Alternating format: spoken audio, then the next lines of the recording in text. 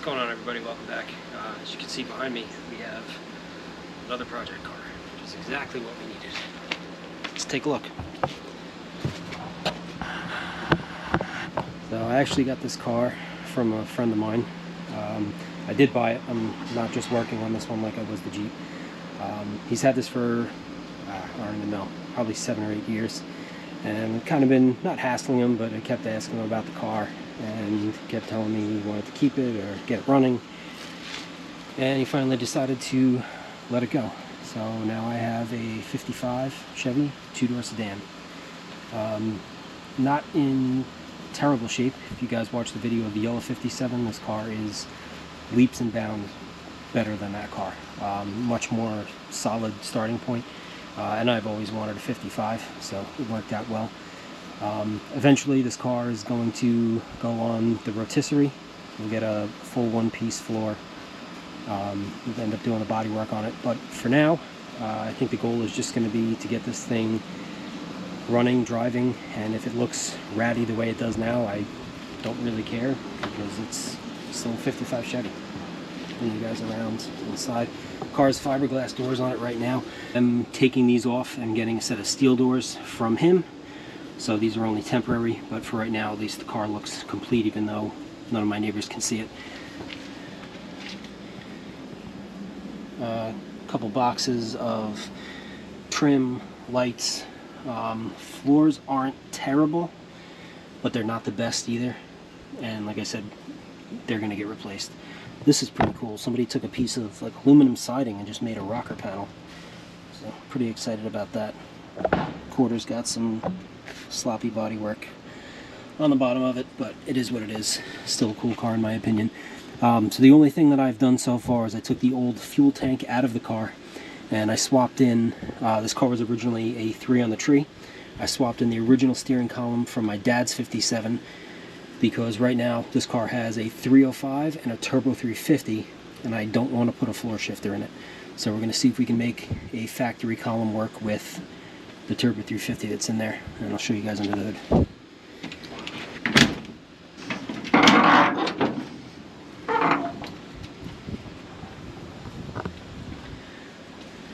Obviously needs some work under here. Factory lightweight battery box, which is nice. Somebody cut the rad support out of it. It's no brake master or anything like that. It does have an HEI distributor. The only thing I'm missing underneath right now is a drive shaft, I believe. So I'm gonna have to source one of. I may or may not have already ordered some parts for this thing. Definitely did order some parts for this thing. So we're gonna get started. Let me just grab the keys and we'll pop the trunk because that is where we're gonna start. And here are the keys.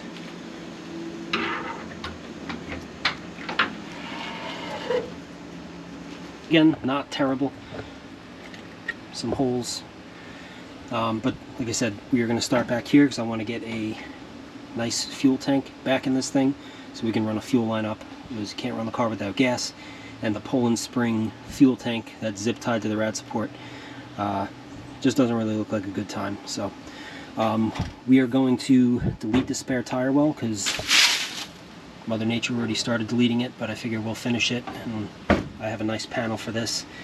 And then we're just going to clean up back here, put some fresh seam sealer in, and paint. So I'm going to start, get this all cleaned out back here, run the vacuum through, and we'll get a better look.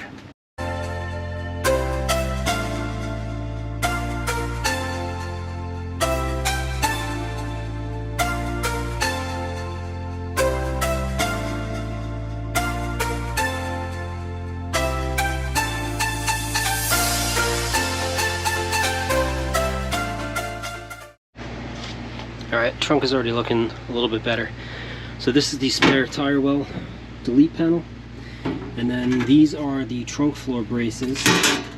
And then underneath these, this is where the bolts go for the back of the fuel cell straps. So I realized that these plates were rotted out when I first looked at the car, so I ordered new ones of those. But what I missed were the brackets that actually hold the bolts for the fuel tank straps. So it's similar to like a carriage bolt, and yeah, how that has like a square notch in it, so the bolt will go through there and basically sit in there so it won't turn. You fold those tabs over and that keeps the bolt locked in.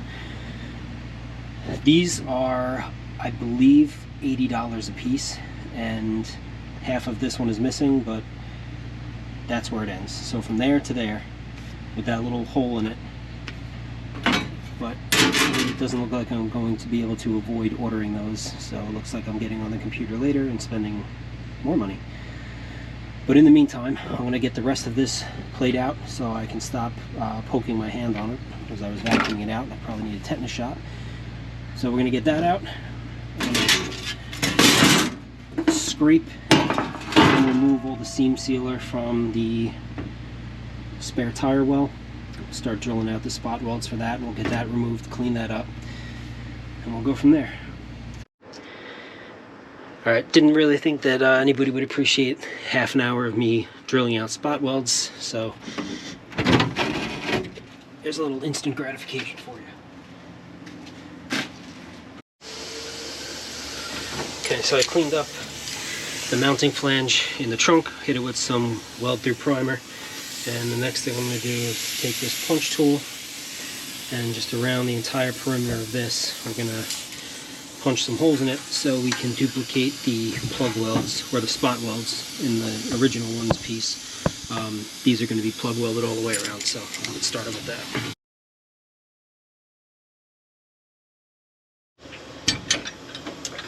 Alright, so now that we have the delete panel welded in and seam sealed, next thing I want to do is I'm going to relocate the battery to the trunk on this car using this bracket. So I'm just going to take a marker, mark the 4 mounting holes.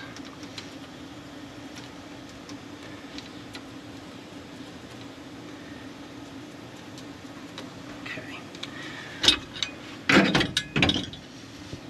Let's grab a centering punch, we'll drill those out, get that lined up.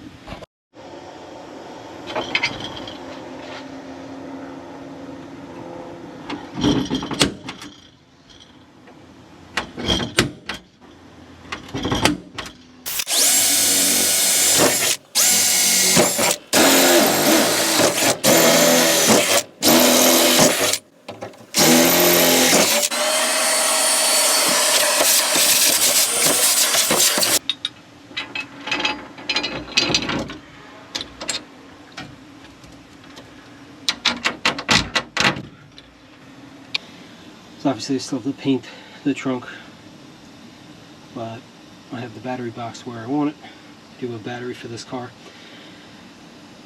I don't want to paint anything until I get the 2 fuel tank mounting spots situated. So I'll get back on this once those other these tabs here come in. Okay, throw a quick coat of paint on the trunk floor just to clean it up. Battery tray is mounted nice and solid. So next thing I'm going to do is start to make up the cables.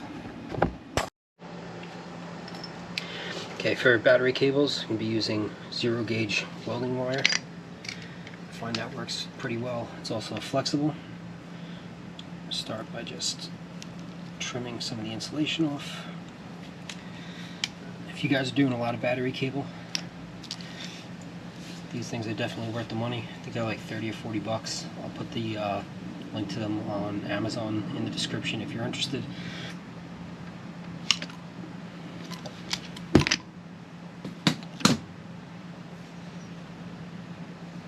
It's a nice tight crimp.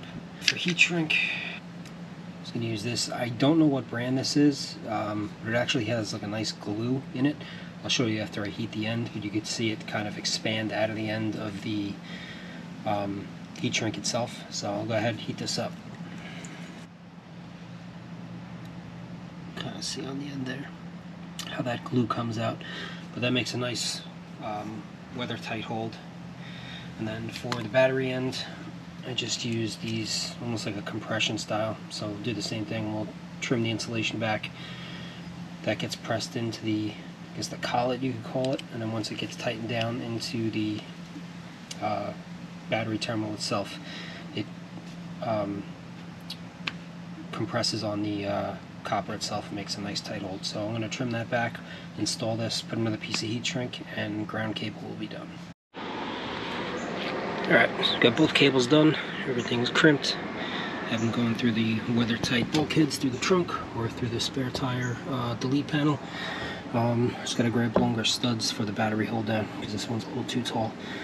But I'm going to run the positive cable up to the starter, and then we can start trying to get this thing running. Okay, so we have battery mounted, battery cables run. I finished up the ground strap and ran the positive lead to the starter last night. Next up is going to be fuel tank. So, brand new tank, new sending unit, new straps. We put the hardware or the bolts that go through the trunk floor in last night when I welded those super expensive brackets on. So I'm going to climb underneath the car and get that tank up in there, and then we can run the fuel line. Okay, so the fuel system is all plumbed, new, just rubber line for now, up to the carb. But I think this carb is going to come off, as well as the intake manifold. Number one, just because it's dirty. Number two, I see a couple of odd things going on with this carburetor. First of all, I took the banjo bolt off here. There were like 4 crush washers stacked onto that bolt. Not 100% sure why. So we're going to look into that. I'm going to grab a rebuild kit for this. I'll take it apart, clean it, and see if we can get this thing to work properly. And then I'll take this intake off as well, and probably blast that and clean it. But yep, brand new fuel line, run all the way from the new tank up to the pump, plumbed up to the carb. So as soon as we get this out and rebuilt, hopefully we'll have a runner here.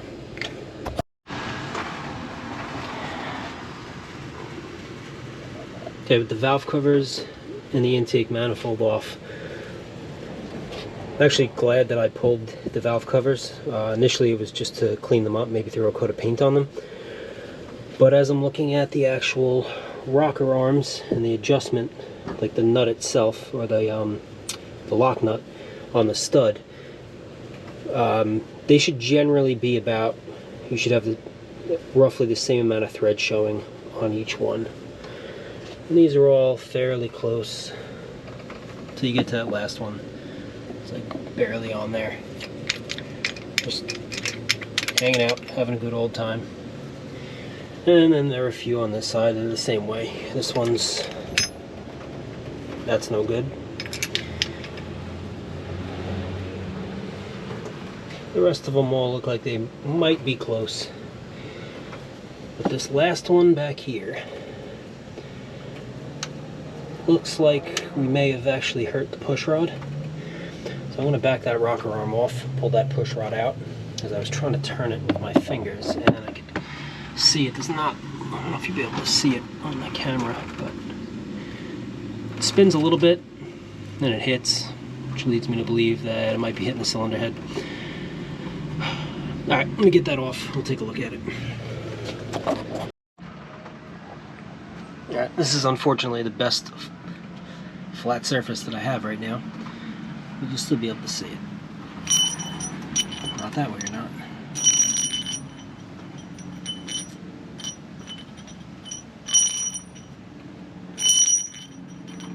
Definitely bent. So I think I might just pull all of them and check them all, and possibly even just replace them all while I have the valve covers off, because I don't know how many times this motor was cranked over before I got it. I haven't tried to turn it over yet. I kind of wanted to take a little bit of a better look at things before I did. So this possibly could have gotten worse. It's a pretty good shot of it there. Not terrible, but definitely a slight bend. So yeah, I'm gonna yank all the push rods, and I'll run to the speed shop near my house tomorrow. Get some fresh ones, drop them in.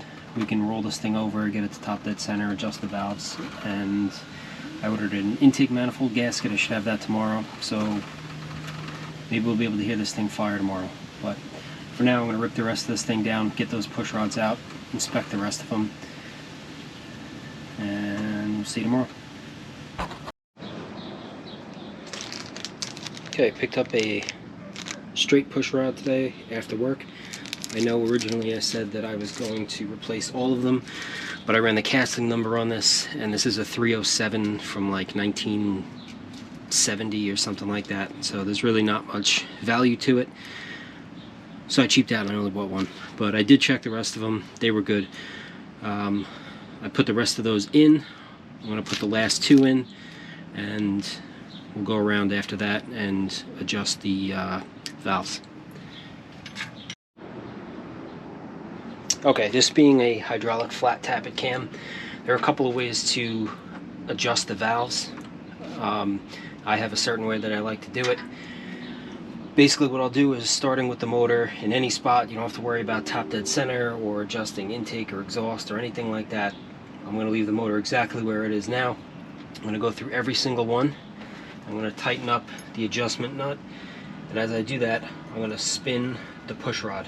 And as soon as you start to feel tension where it almost doesn't want to move anymore, stop there. I'm going to do that for every valve. I'm going to rotate the motor 90 degrees.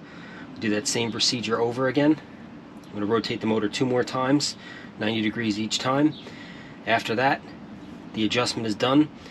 Only the last thing I'm going to do is just give every single one 3/4 of a turn to adjust the preload, and then that's it. Then I'll roll it over to top dead center. We can put the intake back on, drop the distributor in, and hopefully get this thing to run. Okay, now that we have the intake back on, the rocker arms are adjusted, and the fuel system is done, next thing I want to be able to do is to start this car off of a key. So I have a used ignition switch off of the last 57 Chevy that I had. So we're going to attempt to do, the switch is a little bit different from the 55. So this is going to kind of just hang out inside the car for now until I get a new wiring harness for this.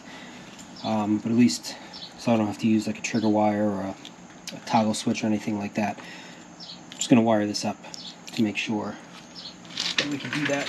So I'm just going to take my multimeter and we'll just test on this real quick.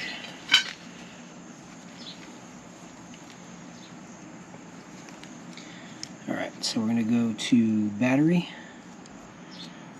and we will go to ignition. So that one we're going to wire to the distributor.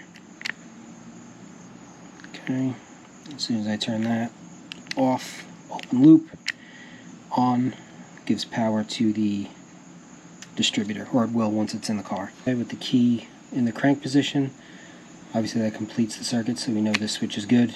And once you let it go, it will stop giving power to the starter, so we don't rally the flex plate out of this car. Alright, so we know the ignition switch is good.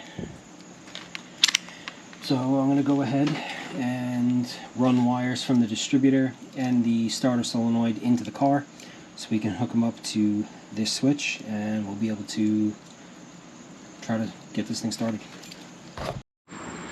Okay, I have the ignition switch crudely wired into this thing, but I ran it to the distributor, the starter, both for the solenoid and constant 12-volt power. So let's see if this thing cranks over. And it does.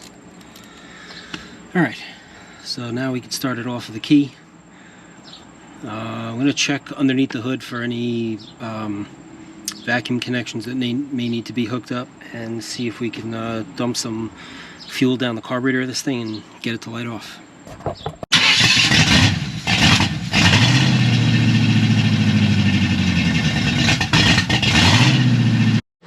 Alright, so we have a runner. I'm going to go through everything underneath the hood. I did get a set of valve covers. We'll toss those on. I have to reroute some of the spark plug wires, and we're going to throw some vacuum caps on the ends of everything, and then see if we can get it to stay running for more than a second. But it did start. It did actually build oil pressure, so we might be in business with this thing. The other thing I want to do is hook up the column shift to the Turbo 350. I have couple of things that we're going to use to do that, so let me grab those. Alright, so this is just a universal shift linkage. So I'm going to go under there now and attempt trying to make this work with the column shift. I also ordered the proper detent for the steering column. So rather than the power glide that I believe is park, neutral, drive, then like low 1, then reverse, it will have the correct sequence for the Tober 350, so that you'll get a nice positive feeling when you actually shift it into gears. So I'm going to get started working on this. Okay, shift linkage is hooked up.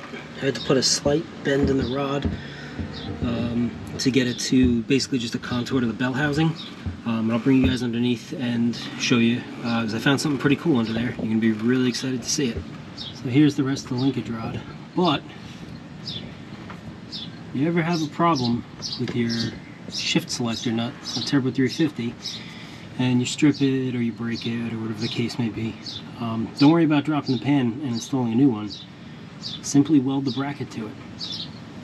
It works just fine. But I'm not going to do that right now because I need to get the car mobile, which maybe that's why they did that as well. For whatever reason, that's the way it is. But the factory automatic steering column works now with the Turbo 350 thanks to the linkage. Like I said, slight bend there. I had to cut it back a little bit, but the Heims ends and everything like that lined up. I shifted it through all the gears. It feels pretty good. The last thing I'm going to do is throw that little detent bracket on there. But for now, we can cross the shifter off the list. And next thing, I ordered a drive shaft. So I'm going to go struggle putting that underneath the car. That is a massive puddle underneath it right now because it rained last night. But I get what I deserve. So get the drive shaft out and see if we can get that in. Alright, so the last thing that I want to change on this car before we drive it are the brakes. This car has no master. There are lines, but I don't know how long they've been there. And it still has factory drums on all 4 corners. So I did piece together a disc brake kit. So the next thing I'm going to do is dismantle the front drum brakes. We'll get everything off, clean everything up, and then we can start installing the new disc brakes, which use calipers, pistons from an A-body. Rotors, pads are off of a 70 Chevelle. So I'll get this torn down and clean that up. Hopefully these spindles are in decent shape and we can start getting the disc brakes installed. Okay, I got all of the factory drum brake components off, and this is the bracket that I purchased for the disc brakes, which looks like a pretty nice piece. The only issue that I'm having, so the factory bolt that bolts through the backing plate and goes into the spindle here, the bolt that was supplied with the kit, might be hard to see, but it is a bit smaller, and it is not actually long enough to go through and reach the threads in the spindle. And in addition to that, the diameter of this bolt, this bracket, is actually not big enough to accept the bolt. So I'm kind of stuck there. I reached out to the seller on eBay. We'll see what he says. He sells a lot of these kits, and I've heard pretty good things about them, so I'm hoping he has a solution, whether I got the incorrect hardware kit or maybe I'm doing something wrong. That's always possible, but waiting to hear back from him, and we'll go from there. So until then, we're gonna have to pause it here. Okay, it's about a week later. The seller on eBay actually got back to me while I was filming the last portion, so within like 2 or 3 minutes of me messaging him, and we figured out the issue. So at some point somebody actually swapped this spindle out. This is, I think he said, like 65 and up drum brake spindle. I don't know why they would have done that. And the other thing that he mentioned was that in order to do this swap on a Tri-5, you need to either swap the lower ball joint out or put a sleeve on it. And somebody swapped the lower ball joint out and they welded it in. So the reason that I haven't worked on this thing in a week is because I ordered some new parts. So I'm going to get this broken down and I'll show you guys what we have to fix this issue. First side done. Tubular upper lowers. Get the coilovers in. I still have to adjust those. And now with the proper spindles, the disc brakes are on. This side's buttoned up, the line up there with the clamp. I'm going to go to the other side and then we'll start getting the master, booster, and proportioning valve in. Alright, so it's about a week later, and as typical with most project cars, you think you have everything you need and you find more stuff. So I ordered a bunch more parts. In the meantime, I did install the power booster, master cylinder, proportioning valve, plumbed the front brake lines, and while I was underneath the car getting the suspension set up, so out of the sun, that is the inner and outer tie rod and the adjustment sleeve. So it looks like it's been underwater for about 20 years, and it's also bent. So I got new steering components. We're going to get that put together today. Hopefully get this thing back on the ground. Well, before I do that, I'm also going to make an exhaust for this car. And we're also getting rid of the headers. It's wedged up against the steering box in here. And basically where that exhaust exits is right above the center link for the steering. Perfect, can't see it under here. But it exits right above the center link there. And it's going to be pretty hard to get a bend to get it to run out the back of the car. And I also really don't want to run this thing open headers because it's pretty obnoxious. So I'm going to try and tackle that today and see if we can get one step closer to driving this thing. Okay, just a quick comparison of the header that was in there versus the manifold. And you can see we probably gain about 3 inches of clearance. So it actually exits in the same place, but now with the room there I can sneak a 90 in and get it to clear the steering. So I'm going to go ahead and start putting this in, get the other side done, and then we can start figuring out an exhaust.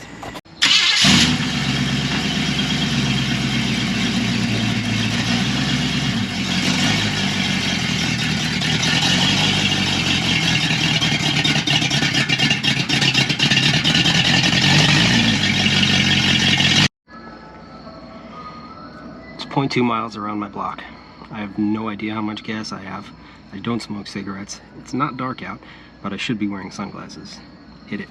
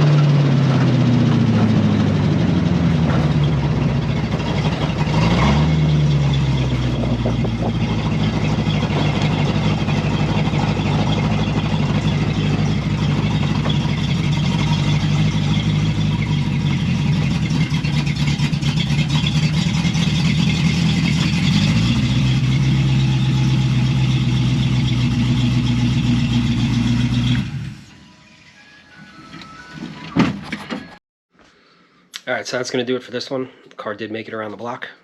It was not a long trip, but considering how I got that car, that is a lot of progress, and I'm pretty happy about it. Obviously, still some drivability issues. I think there are 2 lug nuts on one of the rear wheels. The alignment is not good, and it rides like a horse and buggy, but it does start, stop, and drive, just not very well.